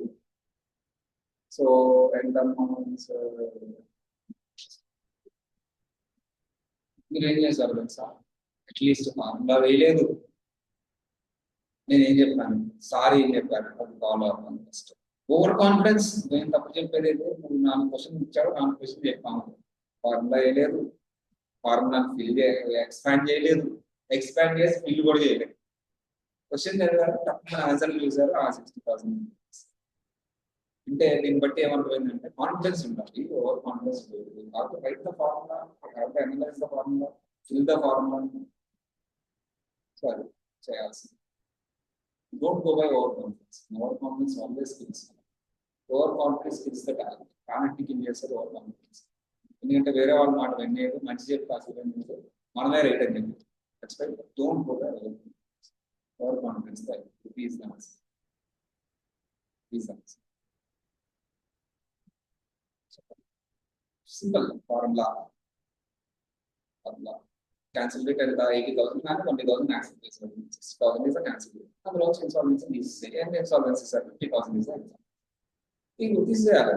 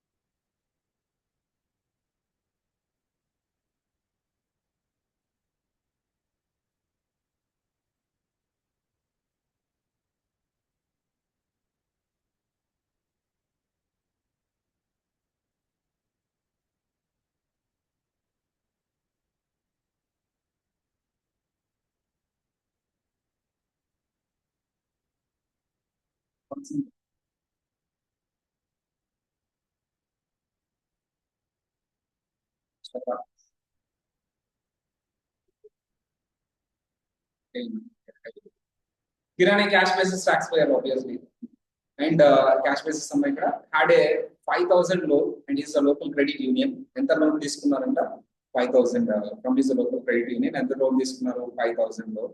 He lost his job and was unable to make the payments on his loan. Job పోయింది, payment చేయలేకపోయాడు. సరే ఇంత పెద్ద question ఇస్తే చదవాలా, masters చదవాలి, చక్కగా చదివేటప్పుడే మొత్తంలో డీకోడ్ అయిపోవాలి. So the credit union determined that legal fees to collect them might be higher than the amount of Kiran. So that cancelled the 3,000. And to cancel Jesarama, directly they have given a cancel for 3,000. 3,000. Remaining amount due on the loan. Kiran, credit union is the lender, not a court. Lender credit ever cancel Jesar, court cancel Jesinda, bankruptcy cancel Jesinda. That particular so ఎవరైతే credit union ఉన్నారో credit union lender cancelled మా 3,000 direct గా cancel చేయించారు 3,000. ఓకేనా. Did not file bankruptcy, insolvency లేదు, bankruptcy లేదు. How much is the difference including this outcome? What is a income? చెప్పాలమ్మా formula ఏంటి? Income is equal to cancel time minus break time అనుకుంటా గొడవ చేస్తుంది minus insolvency. Cancel date direct గా ఇచ్చాడా calculate చేయాలా? Cancel date direct గా ఇచ్చాడా క్యాన్సిల్ చేయాలి, క్యాలిక్యులేట్ చేయాలా? డైరెక్ట్ గా ఇచ్చేసాడు, ఎంత ఇచ్చాడు చెప్పాలి, ఎంత ఇచ్చాడు 3,000. ఇన్సాల్వెన్సీ ఉందా లేదా? క్వశ్చన్ లోనే చెప్పాడు there is no insolvency. What is the answer here?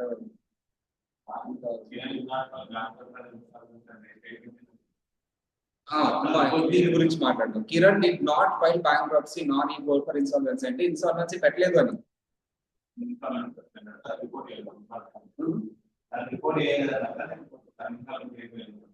అదే అమ్మా, what is the meaning of this? Kiran did not file bankruptcy and nor he was insolvent. అంటే ఏంటి అమ్మా, ఇన్సాల్వెంట్ కాదు, bankruptcy వెళ్ళలేదు అని.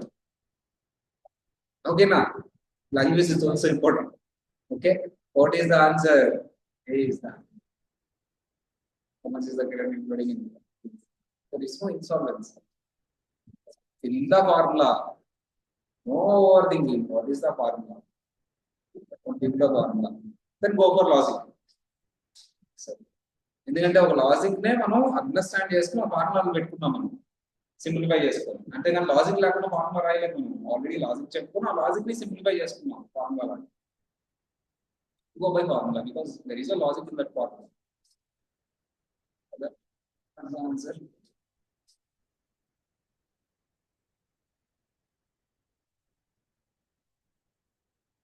In the class, ఎవరైతే చదువుకురారో వాళ్ళు ఈ ఆన్సర్ చెప్పలేరు.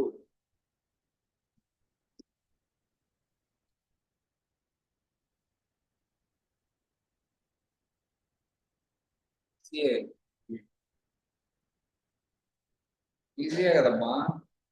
728 నేను చెప్తున్నా కదా.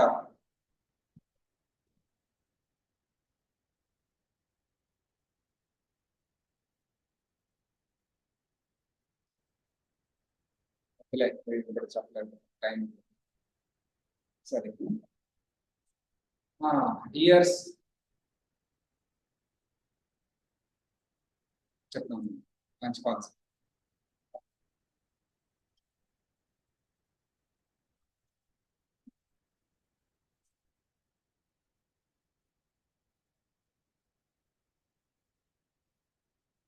నేను 2 థియరీలు చెప్తాను, రెండింటిలో ఏది బాగుందో మీరు చెప్పండి.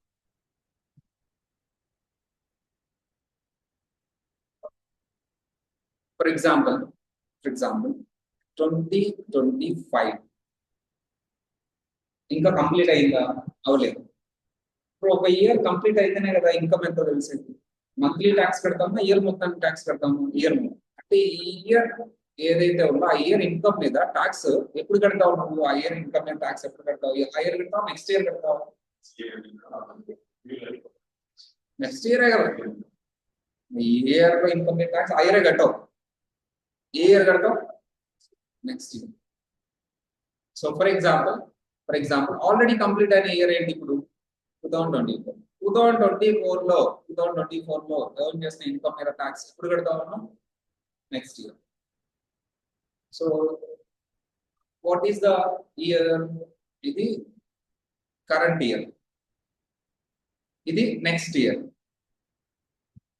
మనం మాట్లాడుకోవాలంటే మీరే చెప్పారు కదా నెక్స్ట్ ఇయర్ అని. కరెంట్ ఇయర్ లో ట్యాక్స్ అనేది నెక్స్ట్ ఇయర్ లో కట్టాలి. కరెంట్ ఇయర్ లో ఇన్కమ్ ఏదైతే ఉందో ఆమె ట్యాక్స్ ఎప్పుడు కడతామో నెక్స్ట్ ఇయర్. ఓకేనా? సో ఇంకొక థీరీ చెప్తా. 2025లో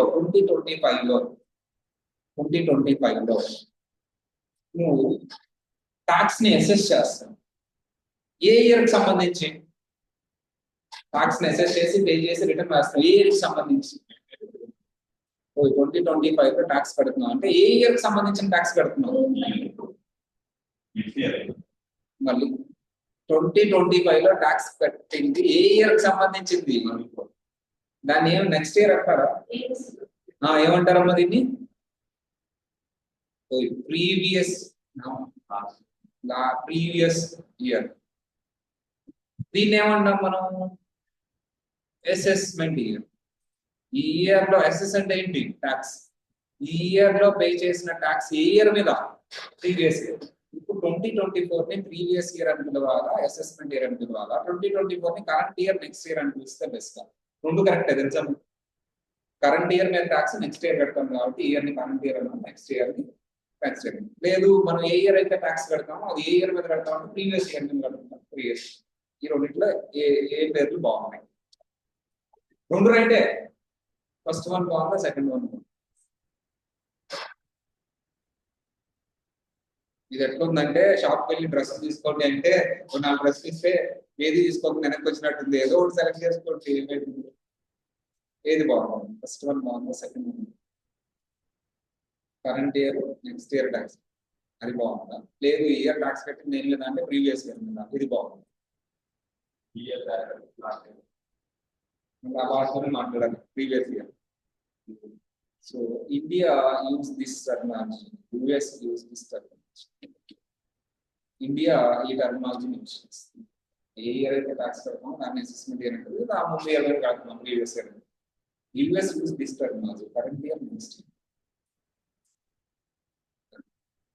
ఇప్పుడు మనం ఏది ఫాలో అవ్వాలి? ఇండియా ఫాలో అవ్వాలా, యుఎస్ ఫాలో అవ్వాలా? యుఎస్. చూడండి క్లియర్ గా, కరెంట్ ఇయర్ నెక్స్ట్ ఇయర్. దీని ముందు ఉన్నది previous year preceding year. Sir previous year అంటే మీరు కన్ఫ్యూజ్ అవ్వదు. ఇండియాలో లాంగ్వేజ్ ఇక్కడ లేదు. కరెంట్ ఇయర్ అంటే ఇన్కమ్ ఆన్ చేసే ఇయర్. దీని మీద ట్యాక్స్ ఎప్పుడు కడతాం? Next year. కరెంట్ ఇయర్ ముందు ఉన్నదాన్ని ఏమంటారు వీళ్ళు? Previous year. దానికి ట్యాక్స్ కి సంబంధం లేదు వీళ్ళ భాషలో. ఎందుకంటే వీళ్ళ భాషలో current year next year is a keyword. మన భాషలో previous year assessment year is a keyword. అంటే మన ఇన్కమ్ ట్యాక్స్ యాక్ట్ చూడండి, ప్రీవియస్ ఇయర్ అసెస్మెంట్ ఇయర్ అని. కానీ యుఎస్ ఇన్కమ్ ట్యాక్స్ యాక్ట్ చూడండి, కరెంట్ ఇయర్ నెక్స్ట్ ఇయర్ అని. ఏది బాగుంది ఏది బాగాలేదో మనకు తర్వాత. కానీ రెండు రైతే. ఎప్పుడైనా యుఎస్ వాళ్ళు ఏంటంటాను, వాళ్ళు చేసే పనులు నేమ్స్ లా పెట్టేస్తారు, కొత్త పదాలు క్రియేట్ చేస్తారు. కరెంట్ ఇయర్ నెక్స్ట్ ఇయర్ అంటే అందరికి ఈజీగా ఉంటుంది, అప్రోచబుల్ గా ఉంటుంది. ప్రీవియస్ ఇయర్ అసెస్మెంట్ ఇయర్ అంటే టెక్నికల్ వర్క్స్, ఓన్లీ కామర్స్ వాళ్ళకి మాత్రమే అర్థం అవుతుంది. కరెంట్ ఇయర్ నెక్స్ట్ ఇయర్ అంటే కామన్ పీపుల్ కూడా అర్థం అవుతుంది. అందుకని వాళ్ళందరినీ టెక్నాలజీ ఎక్కువ క్రియేట్ చేయరు, ఉన్నదాన్ని వాడుకుని లేకపోతే అప్పుడు క్రియేట్ చేస్తారు. మన ఇండియా వాళ్ళు ఏంటంటే క్లియర్ గా దిస్ ఇస్ సబ్జెక్ట్, కంపల్సరీ దీన్ని కొత్త లాంగ్వేజ్ లో రాయాలి, ప్రతిదీ డిఫరెంట్ టెర్మినాలజీ రాయాలి. అంటే మనకు ఫస్ట్ యాక్ట్ చూసిన డెఫినేషన్స్ ఎక్కువ ఉంటాయి సెక్షన్ 2. ఇదంతా కాదు సార్, ఏం చదువుకోవాలి మనం చెప్పు.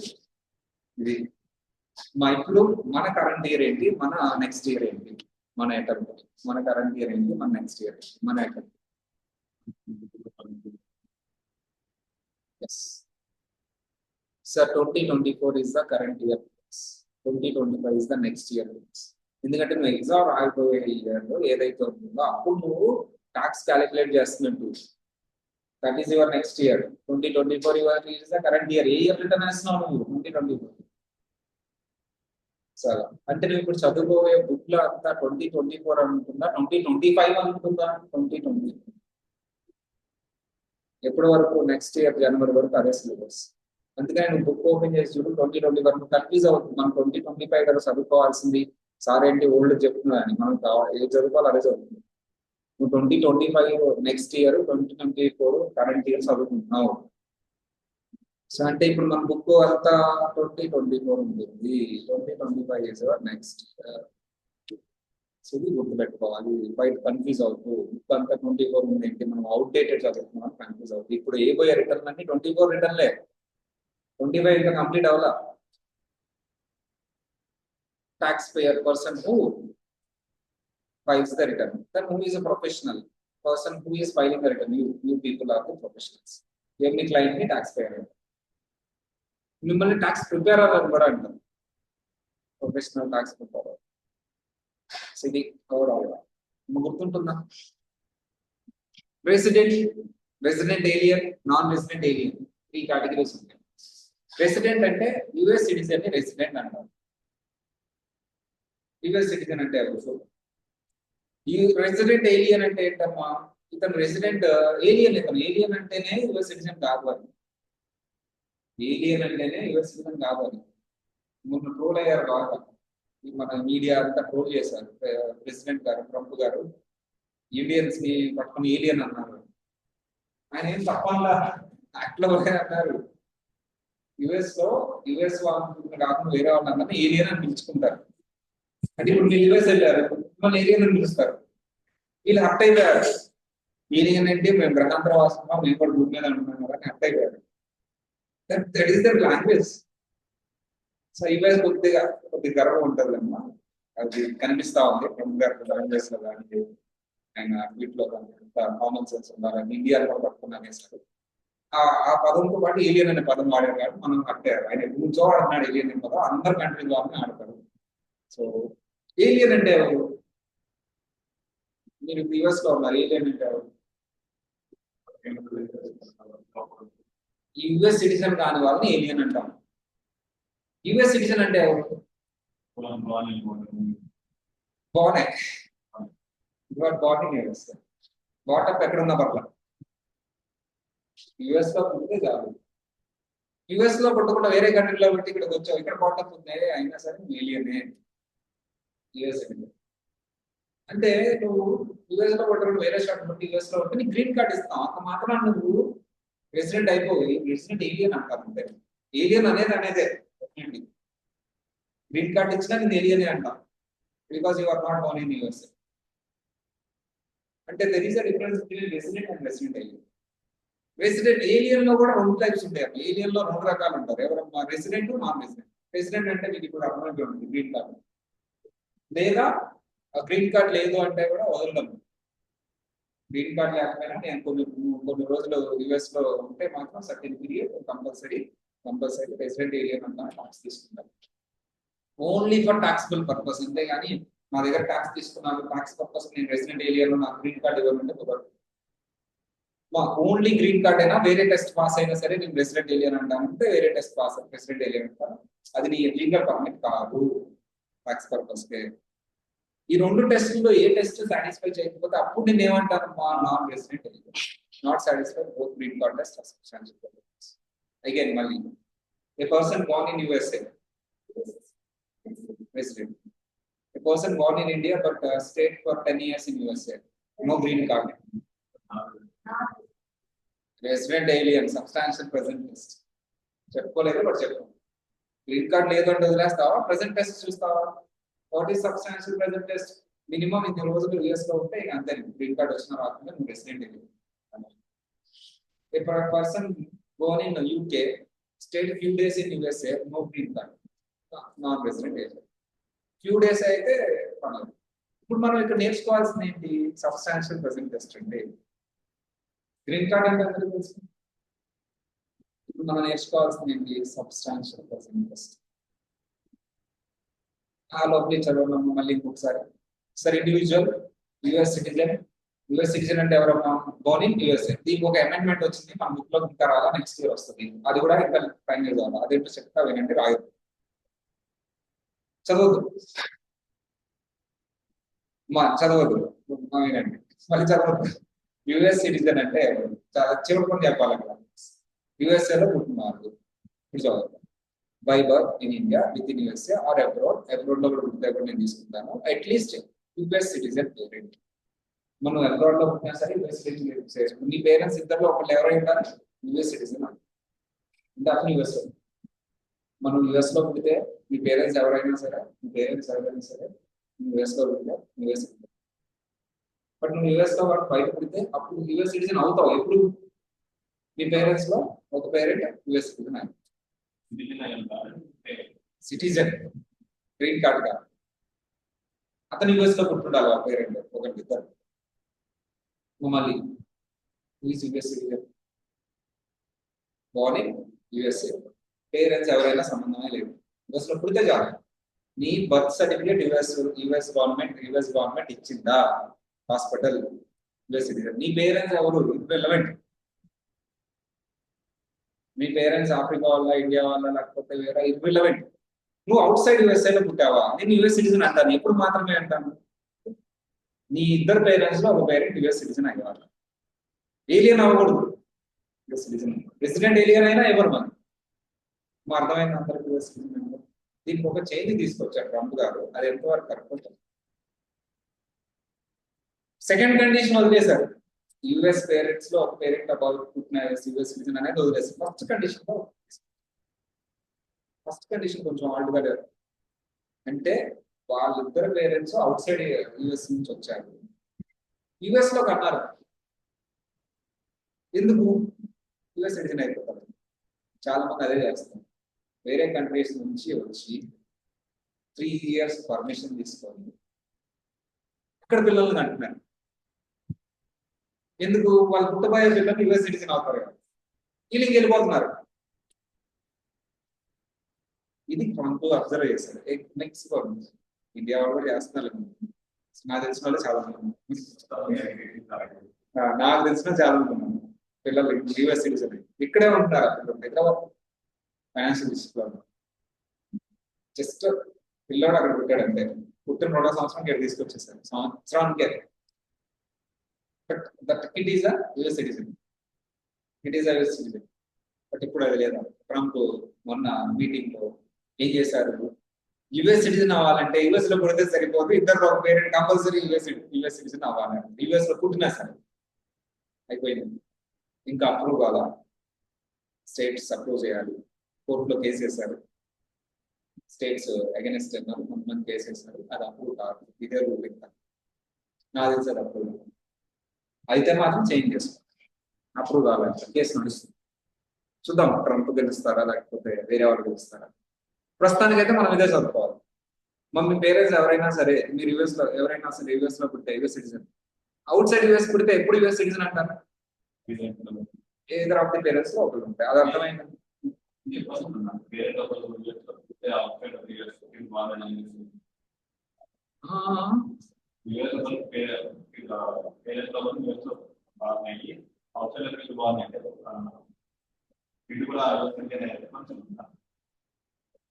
యుఎస్ సిటిజన్ ఎప్పటి నుంచి అవుతుంది, కానీ ఇక్కడ మా US parents US citizen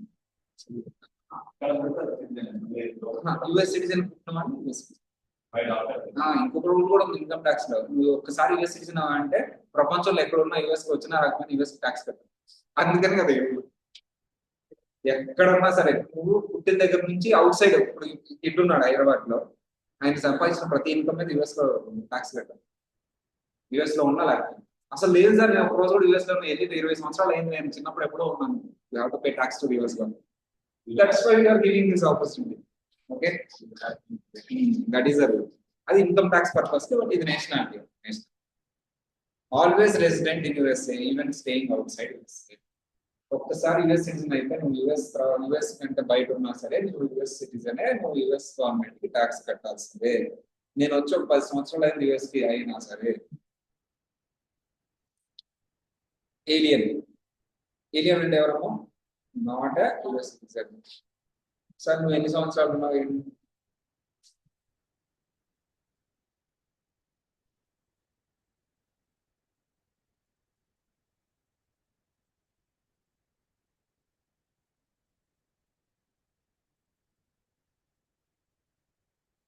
alien not US citizen.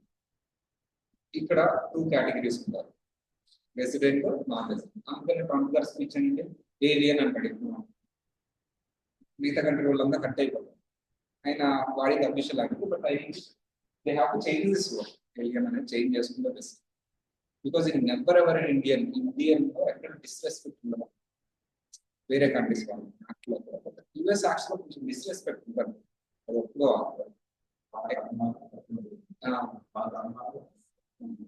ఎక్కడ ఇండియన్ యాక్ట్స్ లో వేరే కంట్రీ వాళ్ళని డిస్రెస్పెక్ట్ చేసింది అదే మాకు పర్మనెంట్ అయిపోయింది. అలా డిస్రెస్పెక్ట్ చేయకుండా అందరినీ ఆదరించి చేశారు కాబట్టి ఇది స్టేజ్ వచ్చేసింది ఇండియా. ఇప్పుడు పాకిస్తాన్ ఎలా తప్పడుతున్నారు, ఇండియా కూడా అలాగే తప్పడుతున్నారు. They have cancel the iPhone manufacturing in India. They have sent back the mangoes to India. Export చేసి సెంట్ బ్యాక్ చేశారు మీకు.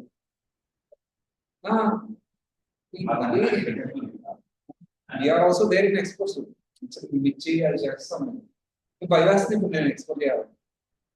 గ్రేడెడ్ మిర్చి ఉంటుంది మంచి క్వాలిటీ ఎక్స్పోర్ట్ చేస్తాను అదనమాట. బైవాస్తున్నాను ఎక్స్పోర్ట్ అనేది చేయాలంటే వేరే కంట్రీ చేసుకుంటాం. సరే కొంచెం ఏదో ఆయన alien not your citizen president alien Guntur మిర్చి అంటే నామసం గోల్డ్ లేదు. ఎవరైనా గుంటూరు ఉంటే తెలుస్తారు. మిర్చి ఆడుతున్నారు కదా గ్రేడెడ్ మిర్చి ఉంటుంది గోల్డ్ లో అట్లా పెడితే చాలు మార్కెట్ బాగుంటుంది. Resident alien so green card ఉంటే నువ్వు వేరే కంట్రీ వాడు అయినా సరే నీ దగ్గర green card you are resident. But నీకు రెసిడెంట్ ఏలియన్ అంటాను. రెసిడెంట్ అనే పదం ఇవ్వను. రెసిడెంట్ ఏలియన్ అంటాను. రెసిడెంట్ అంటే ఓన్లీ ఆ పదం ఎవరికి మాత్రమే ఇస్తాను యుఎస్ సార్ లేదు గ్రీన్ కార్డ్ లేదు అయినా సరే రెసిడెంట్ అంటాను. రెసిడెంట్ ఏలియన్ అంటాను. సబ్స్టాన్షియల్ ప్రెజెంట్ టెస్ట్ పాస్ అవ్వాలి జాగ్రత్త. Very important. Substantial present test అంటే ఫస్ట్ నువ్వు కరెంట్ ఇయర్ లో what is your current year 2024. What is your current year 2024. 2024 లో మినిమం మాక్సిమం మినిమం 31 days ఉండాలి. మినిమం 31 days ఉండాలి. అండ్ అంటే ఇంకా 183 days ఉండాలి.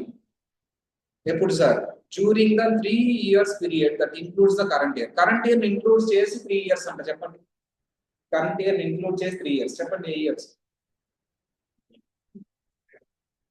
కరెంట్ ఇయర్ ఇంక్లూడ్ చేస్తూ 3 years అయిపోయింది. 3 years చెప్పండి.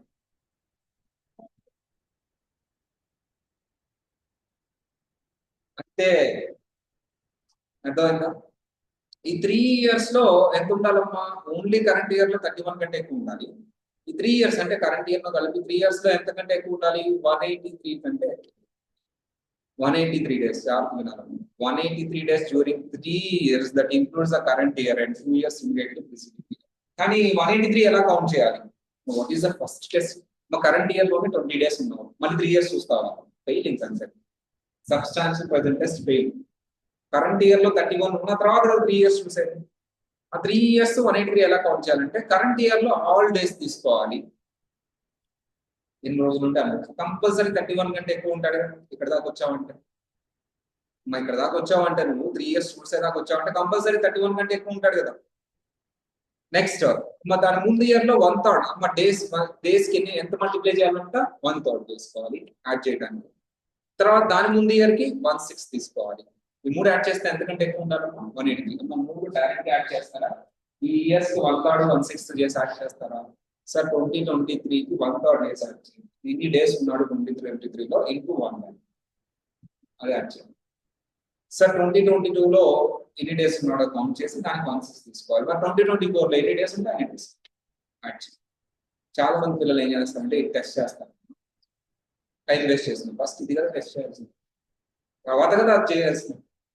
తర్వాత ఏం చేస్తారంటే ఈ ముందేదో 3 years తీసుకొని 1/3 వాళ్ళు ఫస్ట్ కరెంట్ ఇయర్ మొత్తం యాడ్ చేయండి. తర్వాత దాని ముందు ఇయర్ది 1/3 చేసి యాడ్ చేయండి. తర్వాత దాని ముందు ఇయర్ది 1/6 చేసి యాడ్ చేయండి. అర్థమైందా? మళ్ళీ ఇంకొకసారి సబ్స్టాన్షియల్ ప్రెజెంట్ టెస్ట్ అంటే ఫస్ట్ ఇయర్ తీసుకోండి. ఫస్ట్ కరెంట్ ఇయర్ లో మినిమం ఎన్ని రోజులు ఉండాలి? 31. ఏది యాడ్ చేయొచ్చు. 31 ఉందో లేదో చూసుకోండి. ఏం యాడ్ చేయొచ్చు సంబంధం లేదు. 31 ఉంటే మళ్ళీ నెక్స్ట్ టెస్ట్కి వెళ్ళి ఏంటి 3 years తీసుకో కరెంట్ ఇయర్ కదా. ఇప్పుడు యాడ్ చేసుకుంటారు కరెంట్ ఇయర్ ఎన్ని ఉంటే అని, దాని ముందు ఇయర్ ఎన్ని ఉంటే అన్ని రోజులు యుఎస్ లో ఎన్ని రోజులు యుఎస్ లో ఉన్నా యాడ్ చేసి దాన్ని 1/3 చేయాలి. దాని ముందు ఇయర్ ఎన్ని రోజులు క్వశ్చన్ ఇస్తాడు దాన్ని 1/6 చేయాలి. ఈ 3 యాడ్ చేయాలి. 1/3 1/6 అంటే ఎంతకంటే ఎక్కువ రావాలి నీకు? 183 కంటే ఎక్కువ రావాలి.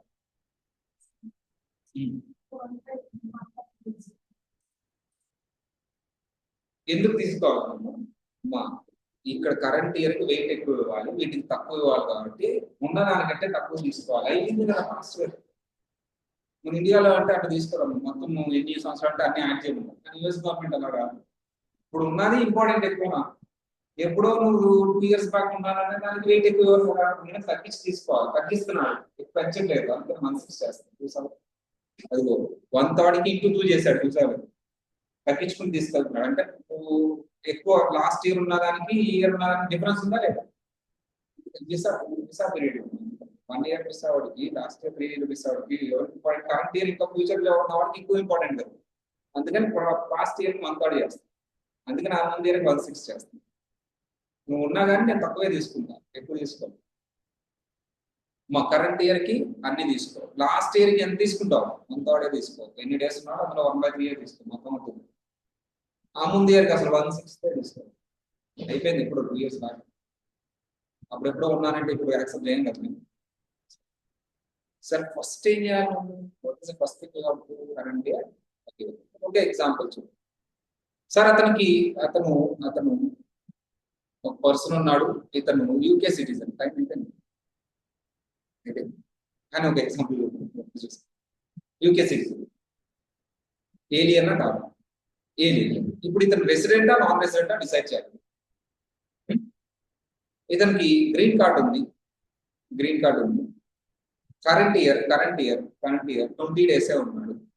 అంటే 2024 లో ఎన్ని డేస్ ఉన్నాడు? 20 days. 2023లో ఎన్ని డేస్ ఉన్నాడు సార్ అంటే 2023లో 185 days ఉన్నాడు.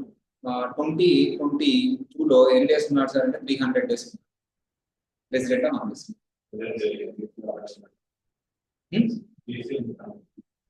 సార్ జీసీ ఉన్నప్పుడు ఇవన్నీ చూడాల్సిన అవసరం ఉందా? చాలా మంది ఏం చేస్తారు సార్ అంటే కరెంట్ ఇయర్ లో 31 days కంటే తక్కువ ఉన్నాడు, సబ్స్టాన్షియల్ ప్రెజెంట్ టెస్ట్ ఫెయిల్ అయ్యాడు, సో నాన్ రెసిడెంట్ అని. అసలు నువ్వు జీసీ ఉన్న తర్వాత సబ్స్టాన్షియల్ ప్రెజెంట్ టెస్ట్ ఎందుకు వెళ్తాం? మా సబ్స్టాన్షియల్ ప్రెజెంట్ టెస్ట్ ఫెయిల్ అయ్యాడు నేను అనుకుంటా. కొంతమంది ఏం చేస్తాడు, సబ్స్టాన్షియల్ ప్రెజెంట్ టెస్ట్ కూడా పాస్ అయ్యాడు అంటాడు. ఎట్లా పాస్ అవుతాడు? ఇక్కడ 20 ఉంటే వీటితో సంబంధం ఉందా? నెక్స్ట్ ఇదే అతను, వేరే అతను జీసీ లేదు, వీళ్ళ ఫ్రెండ్. కరెంట్ ఇయర్ అంటే ఏంటమ్మా 2024లో 28 days ఉన్నాడు. 2023లో 300 days ఉన్నాడు. 2022లో 360 days ఉన్నాడు. చూడు చెప్పచ్చు, మా గ్రీన్ కార్డ్ లేదు, 31 లేడు, ఇంకా ఫెయిల్డ్. ఇది కానీ ఏదో ఒకటి ఉండాలి కదా. 31 లేదు, ఇంకా కౌంట్ చేస్తున్నా. 31 ఉంటేనే కదా కౌంట్ చేయాలి. నెక్స్ట్ వీళ్ళకి ఇంకో ఫ్రెండ్ ఉన్నాడు, జీసీ లేదు. కరెంట్ ఇయర్ 40 days ఉన్నాడు. కరెంట్ ఇయర్ 40 days ఉన్నాడు. కరెంట్ ఇయర్ ఎన్ని డేస్ ఉన్నాడు? 40 days ఉన్నాడు. 2023లో 180 days ఉన్నాడు. 2022లో 200 days ఉన్నాడు.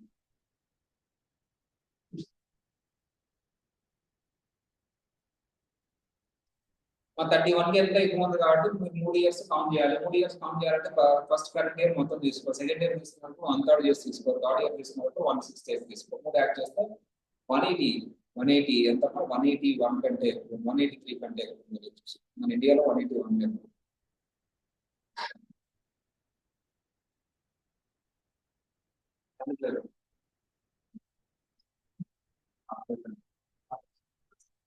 ఎంత వచ్చింది?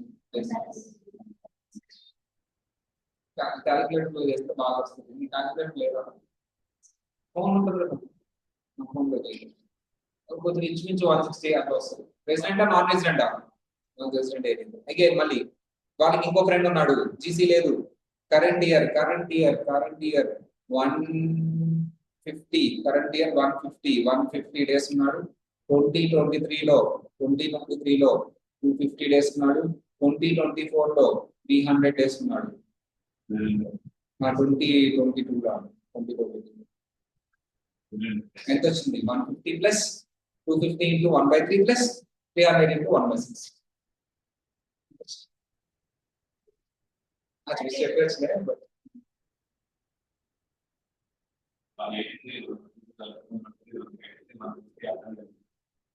ఇక్కడే వచ్చేస్తుంది అంటారా 300 into 1/6 ఎంతమ్మా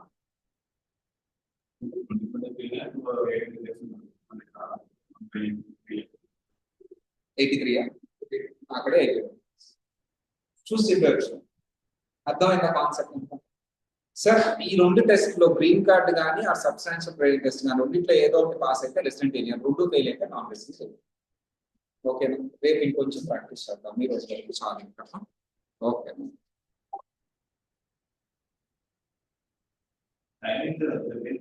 ఈ ఒక్కసారి నేనే చేంజ్ చేసా ఈ ఒక్క రోజు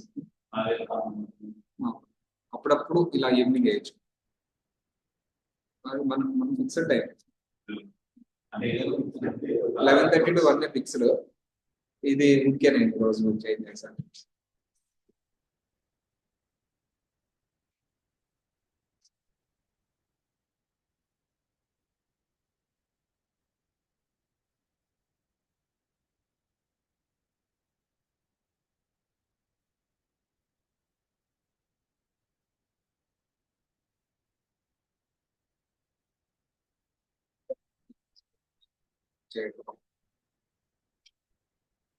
stop